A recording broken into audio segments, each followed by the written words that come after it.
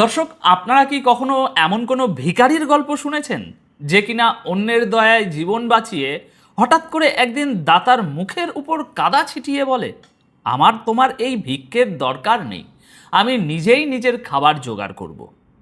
আপনারা কি কখনো কল্পনা করতে পেরেছিলেন যে যে আমেরিকা গত 7 দশক ধরে ইসরায়েলকে কোলে পিঠে করে মানুষ করেছে, বিলিয়ন বিলিয়ন ডলারের অস্ত্র দিয়ে তাদের অস্তিত্ব টিকিয়ে রেখেছে, আজ সেই ইসরায়েল খোদ আমেরিকার নেতাদেরকে নাৎসি বা হিটলারের দোসর বলে গালি দিচ্ছে। যদি আপনারা মনে করে থাকেন যে আমেরিকা ইসরায়েল সম্পর্ক এখনো আগের মতোই অটুট আছে, তাহলে আমি বলবো আপনারা জিওপলিটিক্যাল দাবার সবচেয়ে সবচেয়ে করুণ পতনটা মিস করে যাচ্ছেন। আজ আমি আপনাদের সামনে ইসরায়েলের ভিতরের এমন এক রাজনৈতিক পতনের চিত্র তুলে ধরব, যা শুনলে আপনারা বুঝতে পারবেন যে পশ্চিমাদের তৈরি করা এই কৃত্রিম পরাশক্তি এখন আক্ষরিক অর্থেই খাদের একেবারে শেষ কিনারায় দাঁড়িয়ে আছে। ভিডিওর একদম শেষে আমি আপনাদের জানাবো কেন নেতানিয়াহু হঠাৎ করে আমেরিকার অস্ত্র না নেওয়ার এই ফাঁকা বুলি আওড়াচ্ছেন এবং এর পেছনের সেই অন্ধকার সত্যটা কি, যা খোদ আমেরিকার ভাইস প্রেসিডেন্ট ইসরায়েলের মুখের উপরে ছুঁড়ে মেরেছেন। এই চরম সত্যটা হজম করার জন্য আপনাদের আজকের পুরো আলোচনাটা খুব মনোযোগ দিয়ে এবং লজিক্যালি শুনতে হবে, বুঝতে হবে। দেখুন, আপনারা যারা আমার আগের বিশ্লেষণগুলো দেখেছেন তারা খুব ভালো করেই জানেন যে গত কয়েকদিনে গ্লোবাল পলিটিক্সে কি ভয়াবহ একটা ভূমিকম্প হয়ে গেছে। আপনারা জানেন যে বিশ্ব অর্থনীতি এবং নিজেদের ডোমেস্টিক পলিটিক্স বাঁচাতে আমেরিকার প্রেসিডেন্ট ডোনাল্ড ট্রাম্প বাধ্য হয়েছেন ইরানের সাথে একটা চুক্তিতে যেতে। তারা ইরানের উপর থেকে তেলের স্যাংশন তুলে নিয়েছে, $300 বিলিয়ন মতো ফ্রিজ হওয়া ফান্ড রিলিজ করার ব্যবস্থা করেছে এবং কার্যত মধ্যপ্রাচ্যে ইরানের আধিপত্য মেনে নিয়েছে। আর এই চুক্তির পর ইসরায়েলের ভিতরে কি অবস্থা হয়েছে জানেন? সেটাও আমি আপনাদের গত পর্বে কিছুটা জানিয়েছিলাম। তাদের 92% মানুষ মনে করে এই যুদ্ধে ইরান জিতেছে। কিন্তু আসল ব্যাপারটা হলো এই পরাজয়ের গ্লানি ইসরায়েলের নেতারা এখন কিছুতেই হজম করতে পারছে না। তারা এখন পাগলের মতো এমন সব আচরণ করছে যা ইতিহাসে এর আগে কখনো দেখা যায়নি। তারা এখন সরাসরি তাদের সবচেয়ে বড় রক্ষাকর্তা, তাদের লাইফ লাইন আমেরিকার বিরুদ্ধেই বিদ্রোহ ঘোষণা করেছে। আর এর অফিসিয়াল প্রমাণ আমরা আজ পেয়েছি ইসরায়েলের প্রধান দুটি সংবাদ মাধ্যমের একদম তাজা রিপোর্ট থেকে। আজ 23শে জুন 2026 ঠিক দুপুর 12:34 ইসরায়েলের প্রভাবশালী পত্রিকা দ্য টাইমস অফ ইসরায়েলে বেঞ্জামিন নেতানিয়াহুর একটি চাঞ্চল্যকর বক্তব্য প্রকাশিত হয়েছে। খবরের শিরোনামটি হলো PM Israel must free itself of depends on US arms, fight with Iran depends on our strength. অর্থাৎ প্রধানমন্ত্রী বলছেন ইসরায়েলকে অবশ্যই আমেরিকার অস্ত্রের উপর নির্ভরশীলতা থেকে মুক্ত হতে হবে এবং ইরানের সাথে লড়াই এখন তাদের নিজেদের শক্তির উপর নির্ভরশীল। দর্শক, লজিক্যালি চিন্তা করুন, রিজার্ভ কম্বাট অফিসারদের সাথে এক মিটিংয়ে নেতানিয়াহু এই কথাগুলো বলেছেন আজই। তিনি বলেছেন তিনি আমেরিকার সমর্থনের প্রশংসা করেন ঠিকই, কিন্তু আজ তিনি বলছেন ইসরায়েলের নিজস্ব স্বাধীন অস্ত্র উপাদান ব্যবস্থা দরকার, তাদের নিজেদের অস্ত্র নিজেদেরই বানাতে হবে।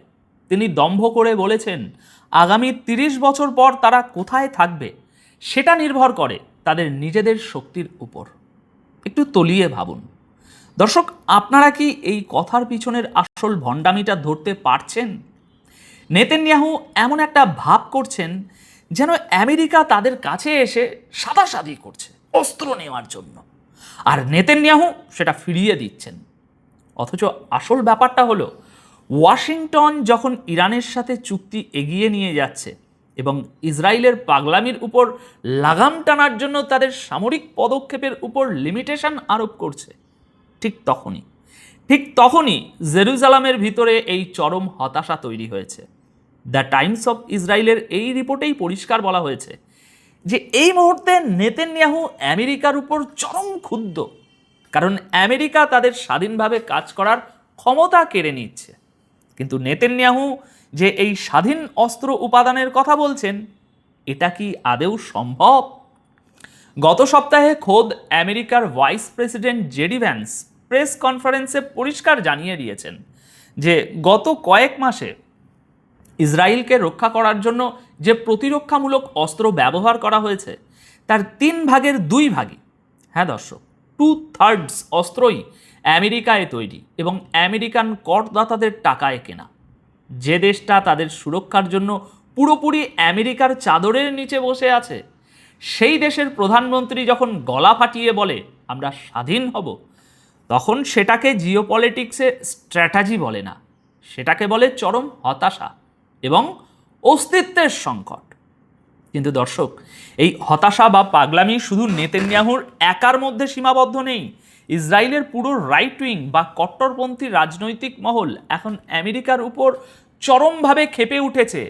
আজ 23শে জুন 2026 ঠিক দুপুর 1:02 ইসরায়েলের আর এক বিখ্যাত এবং প্রাচীন পত্রিকা হারেটজে একটা খবর প্রকাশিত হয়েছে, যার শিরোনাম শুনলে আপনি চমকে উঠবেন।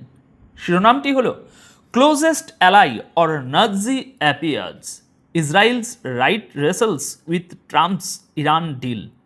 অর্থাৎ সবচেয়ে কাছের মিত্র নাকি নাৎসিদের তোষণকারী। ট্রাম্পের ইরান ডিল নিয়ে এভাবেই লড়াই করছে ইসরায়েলের ডানপন্থীরা। দর্শক, আপনারা কি বুঝতে পারছেন তারা আমেরিকাকে কি ভাষায় আক্রমণ করছে? জেরুজালেম নিউজ সিন্ডিকেটের বার্ষিক ইন্টারন্যাশনাল পলিসি সাবমিটে এই ভয়াবহ নাটক মঞ্চস্থ হয়েছে। হারেটজের রিপোর্ট অনুযায়ী ইসরায়েলের প্রেসিডেন্ট আইজাক হারজগ এই সম্মেলনে দাঁড়িয়ে ডোনাল্ড ট্রাম্পকে বাঁচানোর একটা আপ্রাণ চেষ্টা করেছেন। তিনি ট্রাম্পকে ইসরায়েলের সবচেয়ে বিশ্বস্ত অংশীদার বলে দাবি করেছেন এবং আমেরিকার নেতাদের বিরুদ্ধে যে কোনো অবমাননাকর মন্তব্য তিনি সরাসরি প্রত্যাখ্যান করেছেন। কিন্তু প্রেসিডেন্ট হারজাগ কেন এই কথা বলতে বাধ্য হলেন সেটা বলুন তো দেখি।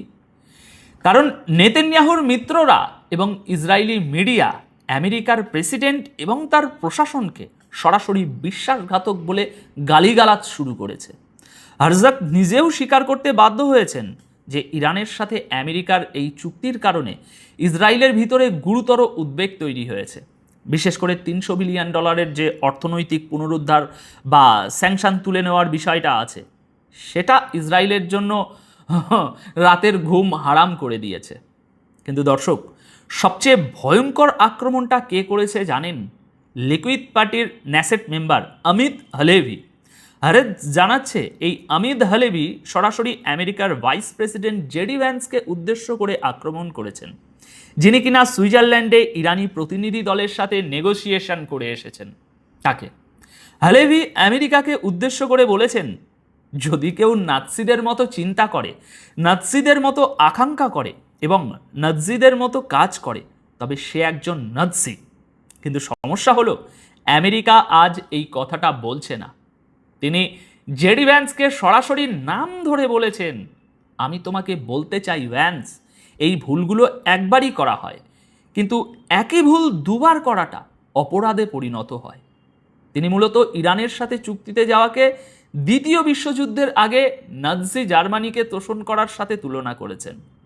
দর্শক, একটু ভেবে দেখুন, একটু তলিয়ে দেখুন, যে আমেরিকা তাদের বিলিয়ন বিলিয়ন ডলারের বোমা দিচ্ছে মধ্যপ্রাচ্যের বুকে ফেলার জন্য, সেই আমেরিকার ভাইস প্রেসিডেন্টকে ইসরায়েলের এক নেতা সরাসরি ক্রিমিনাল বা অপরাধী হওয়ার হুমকি দিচ্ছে। এর মানে কি? এর মানে হলো কুকুর যখন পাগল হয়ে যায় তখন সে তার নিজের মালিককেও কামড়ে দেয়। আজ ইসরায়েলের অবস্থা ঠিক সেই পাগল কুকুরের মতো হয়ে গেছে। শুধু কি আমিদ হালেভি? না, ইসরায়েলের প্রাক্তন প্রধানমন্ত্রী নাফতালি বেনেট, যিনি আগামী নির্বাচনে নেতানিয়াহুকে হটানোর স্বপ্ন দেখছেন, তিনিও এই সম্মেলনে এসে বড় বড় কথা বলেছেন। তিনি বলেছেন, ইসরায়েল কোনো ভাসাল স্টেট মানে দাস রাষ্ট্র নয়, ইসরায়েল আমেরিকার বন্ধু। তিনি আমেরিকাকে উদ্দেশ্য করে বলেছেন যে লেবাননে তাদের যুদ্ধ চালিয়ে যেতে হবে, কেউ যেন তাদের যুদ্ধ থেকে আটকাতে না পারে সেই সক্ষমতা অর্জন করতে হবে। অন্যদিকে লিকুইড পার্টির মন্ত্রী গিলা গামলিয়েল তো আরও এক ধাপ এগিয়ে এই চুক্তিকে শয়তানের সাথে আলোচনা বলে আখ্যায়িত করেছেন।